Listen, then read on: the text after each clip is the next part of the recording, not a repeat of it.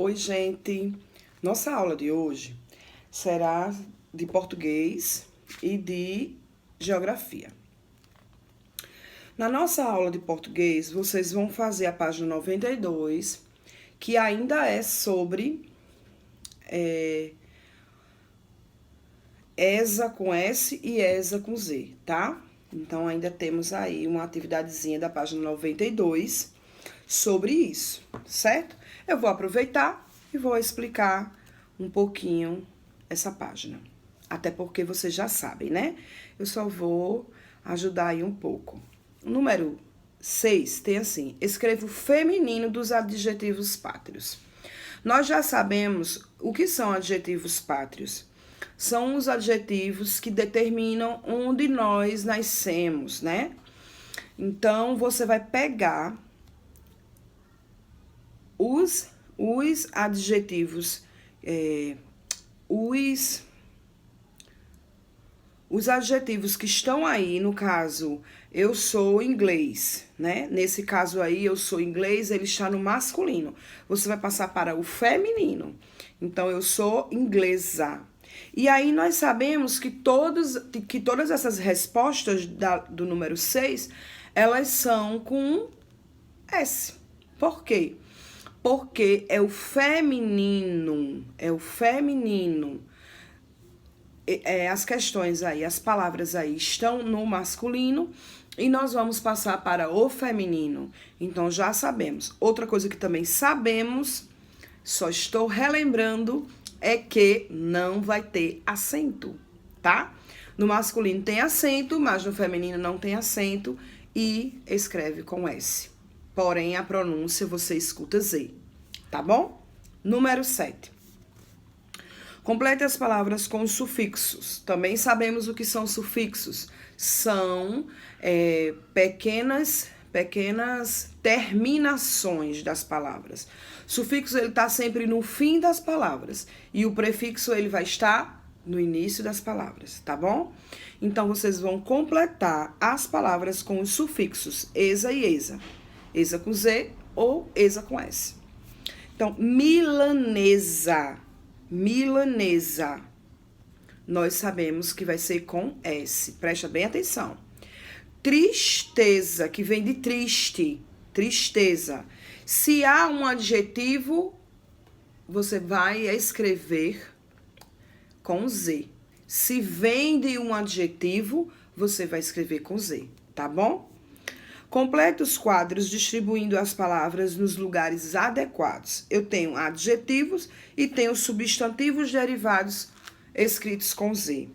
Se eu tenho duro, qual é o substantivo derivado da palavra duro? Como assim substantivo derivado? O que vem da palavra duro. O que nasceu da palavra duro. Dureza.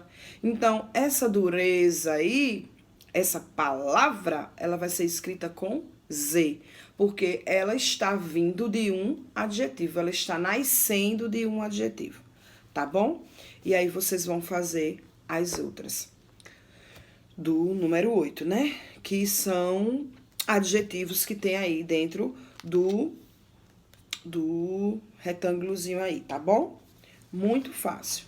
E aí vocês têm também, como continuidade da atividade, uma produção de texto. Uma produção de texto. O texto Bicho, de Manuel Bandeira, é um poema que nos mostra a realidade vivida por muitas pessoas no nosso Brasil.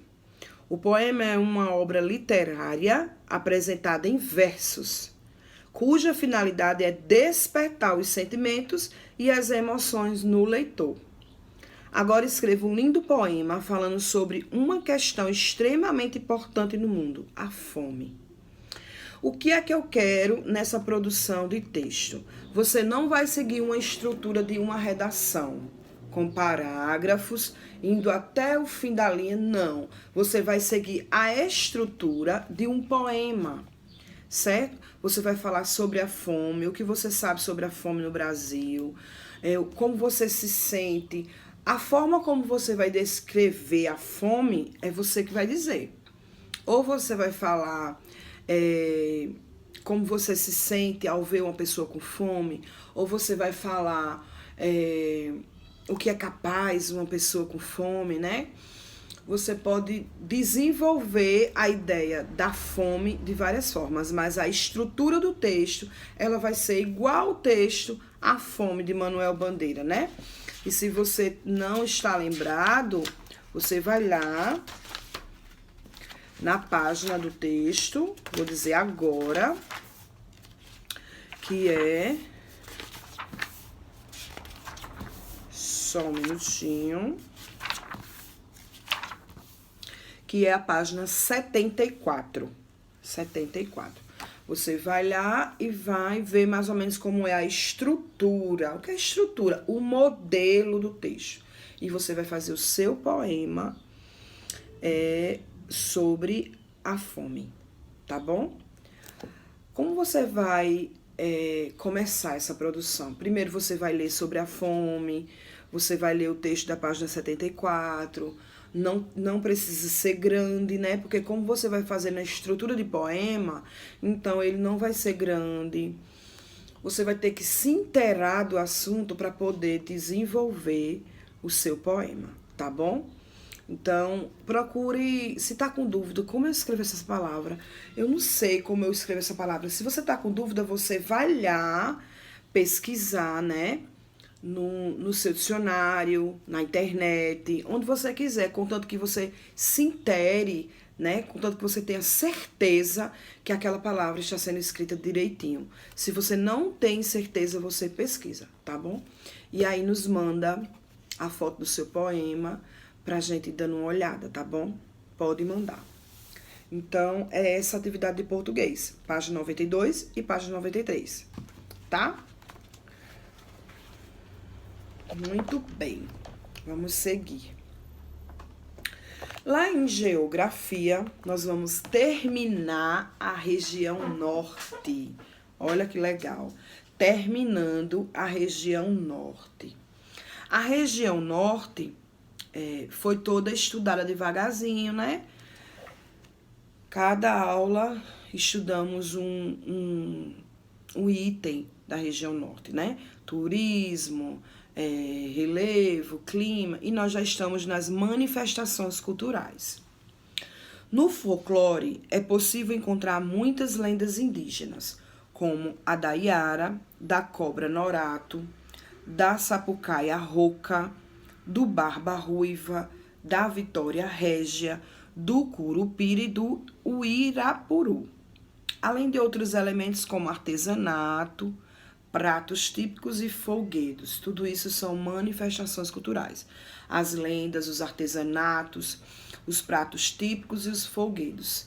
Não esqueçam que nós estamos na região norte, não é na região que a gente mora, tá? Nós estamos falando da região norte. Vocês podem ter escutado alguma dessas lendas? Claro que sim. Só que vocês estão aprendendo agora de onde foi essas lendas, embora vocês tenham escutado na região que nós moramos, tá? Que é a região Nordeste. E o que é lenda, tia? E o que é lenda, né? Eu tenho certeza que já ouviram falar, mas nós precisamos repetir, né? Lenda, ela é uma história contada que vai passando de geração em geração e é algo que não é comprovado, né? Muitas pessoas, elas aumentam as lendas, elas diminuem as lendas, elas dão novos personagens, elas criam outras lendas, mas na verdade são histórias que ninguém tem certeza de nada. Então, diz os mais velhos que como não existia essa possibilidade, essa facilidade que temos hoje, né, de lermos, de acessar tudo que a gente quiser, livros, né, não existe essa facilidade. Então, para deixar as crianças quietas e deixar as crianças com medo, para que elas ficassem dentro de casa, elas não fossem brincar, elas não desobedecessem os pais, então os mais velhos contam que eles criavam, né, os outros mais velhos das outras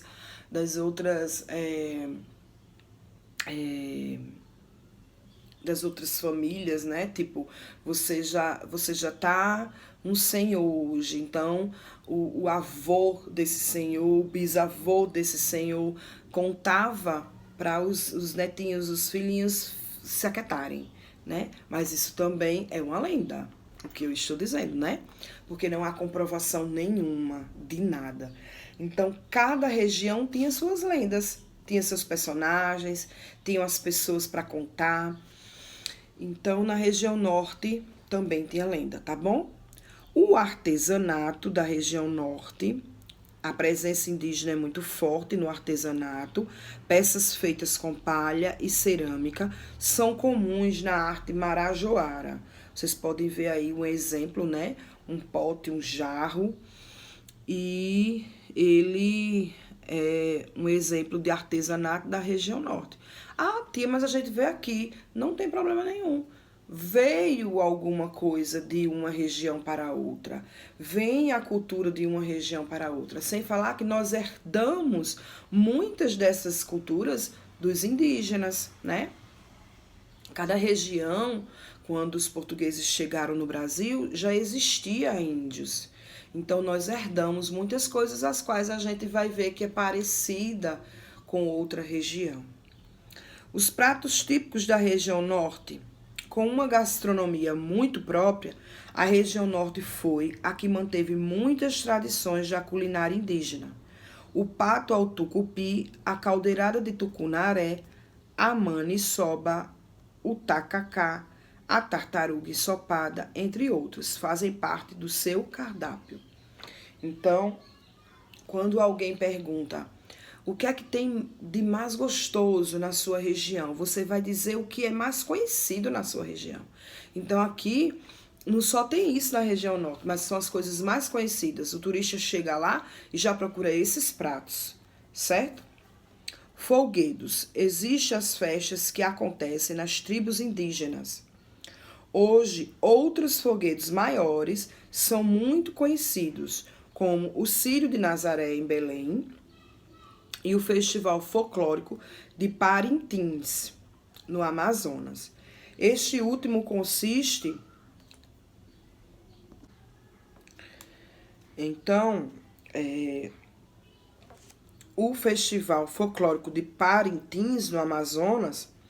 Este último consiste numa disputa entre o boi garantido, no qual predomina a cor vermelha, e o boi caprichoso, no qual predomina a cor azul. O desfile acontece no mês de junho e tem atraído muita gente.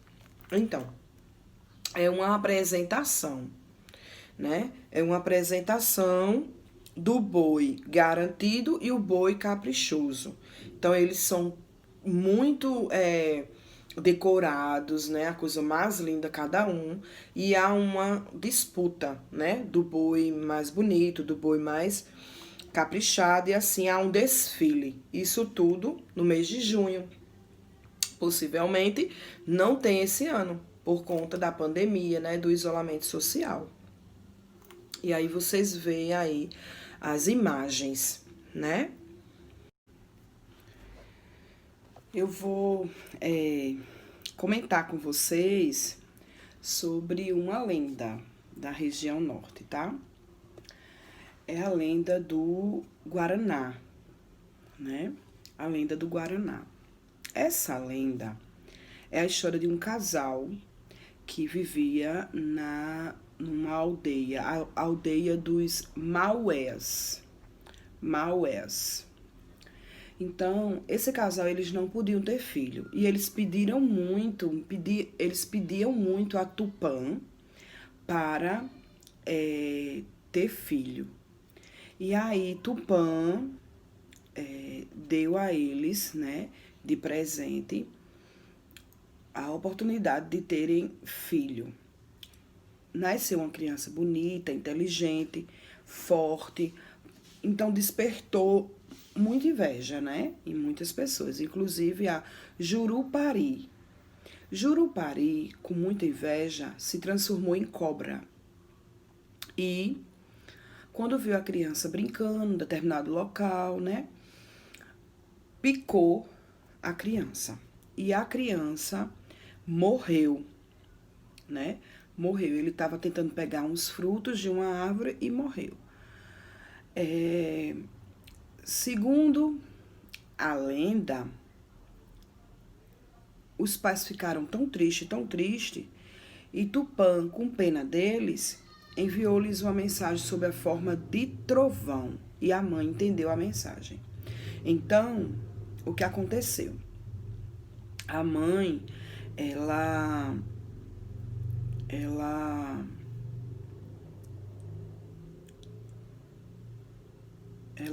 pediu a toda a aldeia, né, que os olhos do filho fossem enterrados em um lugar separado do corpo, possivelmente, porque desses olhos, nasceria uma planta muito importante e boa para toda a tribo. Assim fizeram, e foi daí que nasceu uma fruta cujos bagos parecem com olhos humanos, né? Cercados por uma pequena película branca. Então, os indígenas deram o nome de Guaraná, que significa parecido com gente viva. Guaraná significa parecido com gente viva. Então, isso é uma lenda, né? Isso é uma lenda. Como eu já havia dito, a gente não sabe, não há em lugar nenhum nenhuma veracidade de que essas lendas elas são de fato algo que realmente aconteceu, né? Então, faz parte do folclore de cada região, né? Lendas e más lendas. E você conhece mais alguma lenda da região norte que não tem aqui o nome no livro? Então, procure uma lenda que não tem aqui no livro o nomezinho. Pesquise lendas da região norte. E conheça mais uma, né? De antemão, eu vou esclarecendo que ela não dá medo, porque são histórias contadas, gente. Não dá medo, faz parte do folclore, faz parte da cultura do nosso Brasil, certo? É tanto que essas lendas elas foram passadas de geração para geração. Então, pesquisa mais uma lenda para você ficar sabendo. E depois, em outro momento, né? Quando a gente voltar para nossa escola, vocês vão contar uns para os outros, tá bom? Então, façam aí a página 50 de geografia, certo? A página 50 de geografia. Façam. E não esqueçam de fazer a página 92 e 93 de português, tá bom? Beijo e fiquem bem. Até a próxima aula.